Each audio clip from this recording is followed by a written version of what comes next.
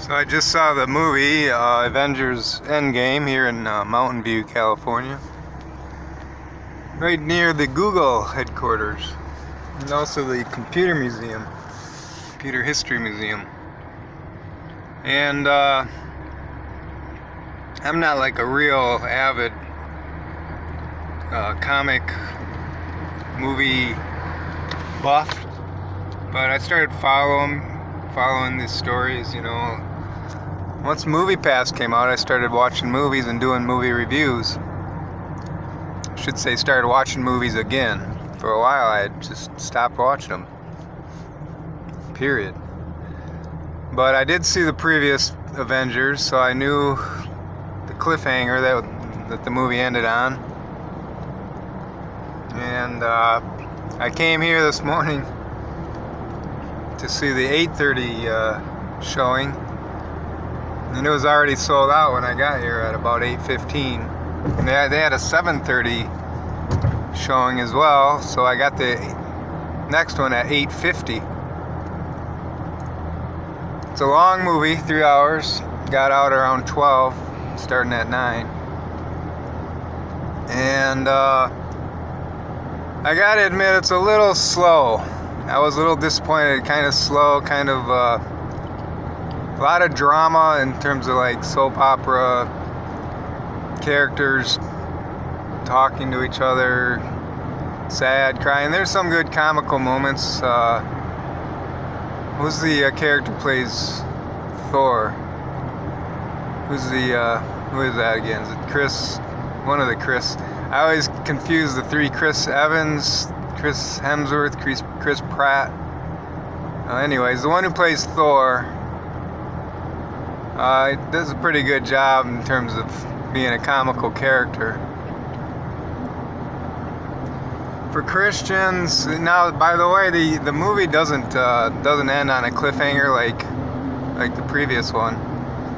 It's not like a to be continued, really. So who knows what's going to happen after all this. There were some surprise characters also, like Robert Redford is in this one. Briefly. Not as a superhero either, but he is in it. And for Christians, there's always a lot of existential material in these films. It's always usually family friendly as well. You don't have to worry about profanity and things like that.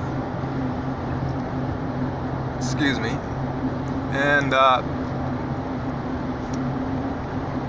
And so existential, meaning end of life, is always is the main theme. Basically, Thanos, the villain. Assume they named him after the Greek word thanatos, meaning death. And he is the death, doctor of death, basically. I mean, at the end of the previous Avengers, he killed 50% of the population. So the movie begins sort of a flashback to that, with a family out there having a picnic on a farm, and suddenly the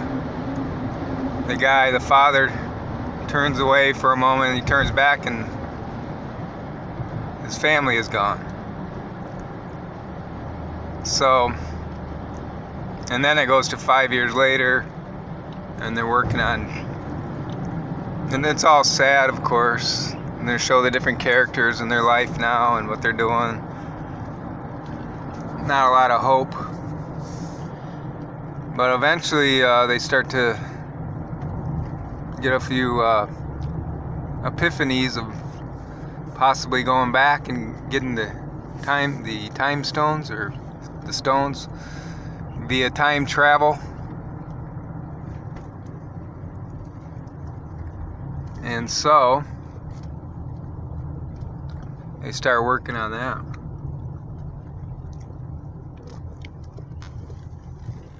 And I just made a wrong turn, so now I'm lost, of course. I always do this. Make the wrong turn, you gotta turn around, go back the other way. I'm supposed to go left.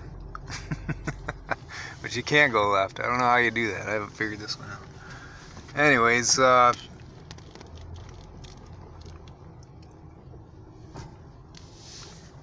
So, go ahead. So for Christians, what do we say about, we know. We already have the answer. Not to say that we're answer men, so to speak.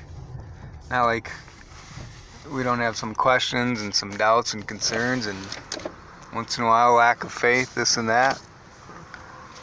My dad's a pastor and I don't think he's ready to die. I think he's a little afraid of dying, even though he's been in the ministry all his life. I really do. Anyways, it made me think also is that too many people put their hopes into these kind of superhero characters, when that's kind of the opposite of the Christian faith. We don't have like a superhero character. When we work together in unity, then we become the superheroes, so to speak. Sometimes too often you hear the emphasis even in Christian ministry on the historical Jesus. Jesus, the Son of God who came to earth. Yes, that is the biblical story, but they don't make the connection between historical Jesus, the historical and living Jesus, who is still alive, of course, in our hearts and minds, in our lives as Christians, the body of Christ, but making that connection between Jesus, the figure of Jesus from the Bible, and the body of Christ who becomes the body of Jesus. We are Jesus, so to speak. And it's always hard to put that in words without people like getting all concerned, like, oh my gosh, what's he saying? You hear some preachers, it sounds wise and kind of funny, and they say, you're God and I'm not, because he's God and we're not. Something like that, to try to humble us. But sometimes that's not right, because Jesus came here to empower us. And if we're too humble and we don't come together in unity as the body of Christ, we won't fulfill the kingdom of God. Or it'll take that much longer until people figure it out. Now, if we're too proud and think we can all do it on our own, like superheroes, that's a problem too. So you need to try to balance that. And I think that's the lesson we can take from the Avengers movie is even the Avengers, even all these superheroes, they couldn't do it all by themselves. They all needed to work together in unity. And that's what we have to do to become the body of Christ, or to fulfill the plan.